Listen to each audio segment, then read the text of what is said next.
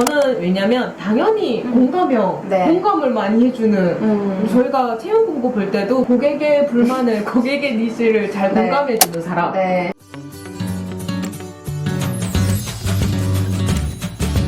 오늘의 주제는 MBTI를 살펴보면서 CSCX 담당자들의 성향을 한번 알아볼까 해요.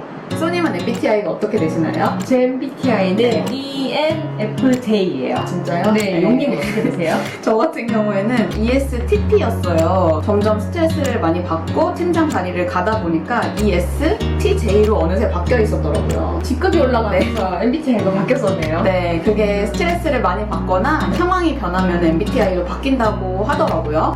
제가 원래는 1인 팀으로 많이 있었어가지고 자유로운 성향의 PA 성향이었다가 꼰대적인, 라떼적인 성향으로 J로 바뀌어가지고 좀 슬펐던 경험이 있어요. 네. 속상하네요.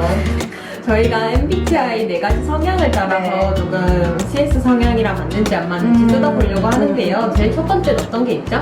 첫 번째는 E인 외향형과 I인 내향형이 있습니다. 저는 조금 명확해 보이는 것 같아요. 네, 동의해요. 네. 이거는 네. 말을 많이 하기도 해야 되고 내외부 고객이랑 커뮤니케이션이나 협상을 많이 해야 네. 되기 때문에 좀 뻔한 것 같죠? 매일매일 모르는 분들이랑 통화를 해야 되고 모르는 대화에 대해서 어쨌든 주제를 이끌어가고 협상하고 하는 자리이기 때문에 외향형 성향을 갖추신 분들이 CS를 조금 더 편하게 하시는 것 같아요. 외향형이 갖춘 적극적이고 이제 사교적인 면모가 발휘가 많이 되는 것 같아요. 동의하는 게 전에 부사수로 내향형 성격이 네. 강한 네. 친구가 들어온 네. 적이 네. 있었어요. 네. 그 친구가 고객분들이랑 통화하는 것 자체를 엄청 어려워하는 네. 친구였어요. 그쵸. 전화벨이 울리면 아 어떡하지? 이 생각부터 하는 친구더라고요. 어떤 채팅 상담이나 신중한 의사결정을 해야 될 때 팀 내에서 좋은 의사결정과 일을 잘 처리하는 친구였는데 전화를 해야 하거나 전화를 받아야 할 때 너무 힘들어 하더라고요. 그래서 그 친구는 제 밑에서 한 6개월 정도 일을 하다가 신중한 의사결정이 많이 필요한 업무인 파이낸스 쪽으로 전향해서 일을 하더라고요. 회사 내에 콜 업무가 적은 시스템이라고 하면은 내향형 분들도 가능할 것 같은데 큰 재미를 느끼기가 쉽지는 않으실 것 같아요. 네, 맞아요. 이번에는 감각대 직관이죠? 네, 저는 개인적으로 CS에 꼼꼼하고 정확한 일처리가 있는 감각형 분들이 맞지 않나 생각하는데 어떠세요?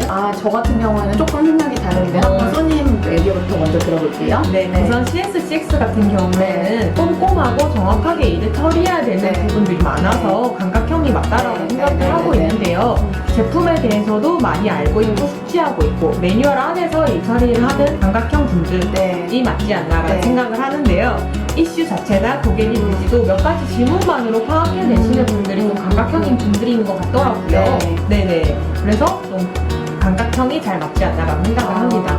저는 개인적으로는 CS가 하루에 인입되는 문의건이 상당히 많은 편이잖아요. CS 문의건을 패턴을 살펴보면은 최소 50% 이상은 비슷한 패턴을 가지고 있었던 CS 문의건이 많은 것 같아요. 빠르고 정확하게 쳐내는 일을 잘 하시는 분들이 더 잘 맞는다고 생각하기 때문에 직관형인 N분들을 CS 성향이라고 저는 생각을 했었거든요. 라는 게 결국에는 상대방을 파악해가지고 해결책을 주는 게 중요하게 아무래도 사람 대 사람의 대화이기 때문에 직관형이 더 잘 맞지 않을까 생각을 했어요. 듣다 보니까 네. 제가 직관형이잖아요. 맞아요. 제가 좀 그분들의 의중을 파악해서 네. 일 처리를 좀 네. 빨리 하는 네. 걸 저희가 좋아하거든요. 네. 그래서 말씀하신 것처럼 N형도 맞지 않나라는 네, 생각을 네, 네. 하네요. 맞아요. 대신에 CX 같은 경우에는 꼼꼼하게 설계를 해야 되기 때문에 S형 분들이 맞지 않나라는 생각을 어떻게 생각하세요? 맞아요. CX 같은 경우에는 설계를 꼼꼼히 해야 되는 부분이 있기 때문에 S형이 더 잘 맞는 것 같아요. 그래서 아마 S형이죠. 제가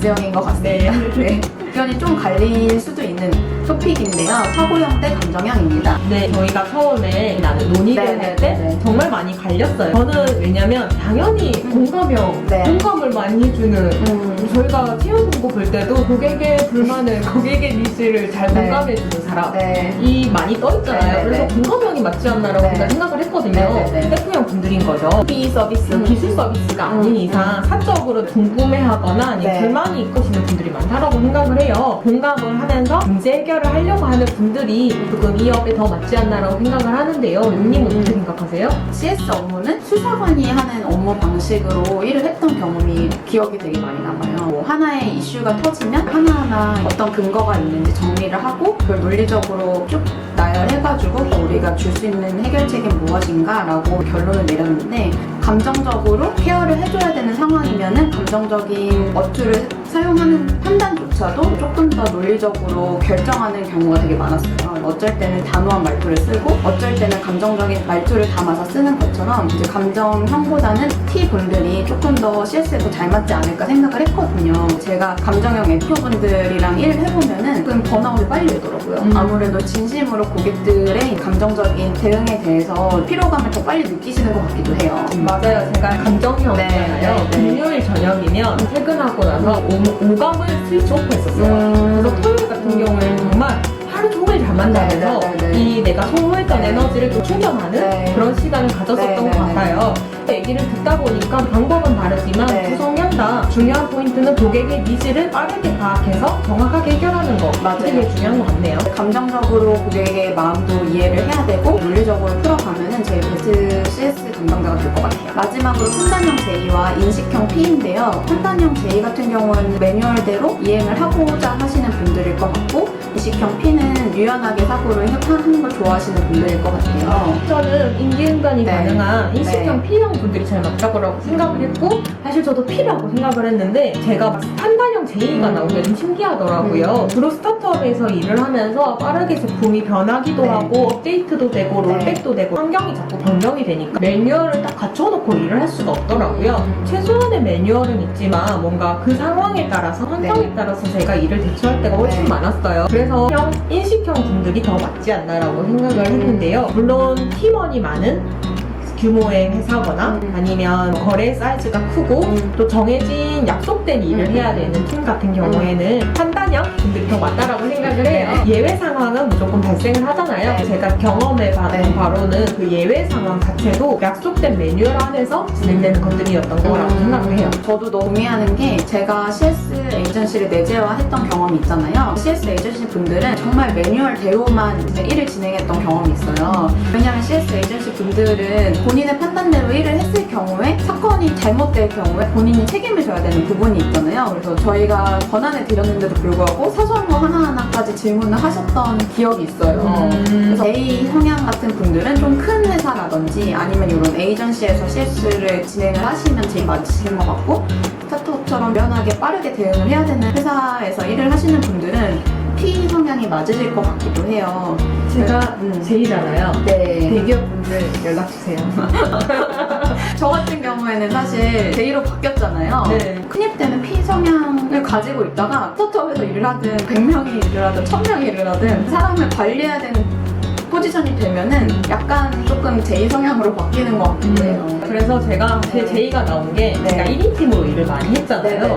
1인 팀으로 일을 하다 보니까 적으로 일을 하면서 정해진 틀 안에서 일을 해야지 내가 편하더라고요. 그러다 보니까 J가 나왔지 않나 이런 생각도 좀 들어요. 오늘은 재미로 CSC 성향을 MBTI로 뜯어봤는데요. 이렇게 나름 재미있었던 것 같아요. CS의 EMBTI가 딱 맞다 아니다 이거를 정의할 수는 없는 것 같아요. 사실 저도 재미로 알아본 거잖아요. 결국 가장 중요한 거는 직면한 문제를 회피하지 않고 적극적으로 해결하려고 하는 분들, 그런 분들이 CS에 딱 맞지 않나라는 생각을 합니다. 네, 맞아요. 여러분들은 혹시 MBTI가 어떤 거세요? 댓글로 남겨주세요. 그리고 저희가 방금 말씀드렸다시피 철저한 고증을 통해서 심리학자처럼 한 건 아니니까 재미로만 봐주셨으면 좋겠습니다. 다음 주에 또 재밌는 주제로 찾아올게요. 오늘 영상도 끝까지 봐주셔서 감사드리고요. 좋아요와 구독, 댓글 남겨주세요. 그럼 오늘도 빠이! 안녕!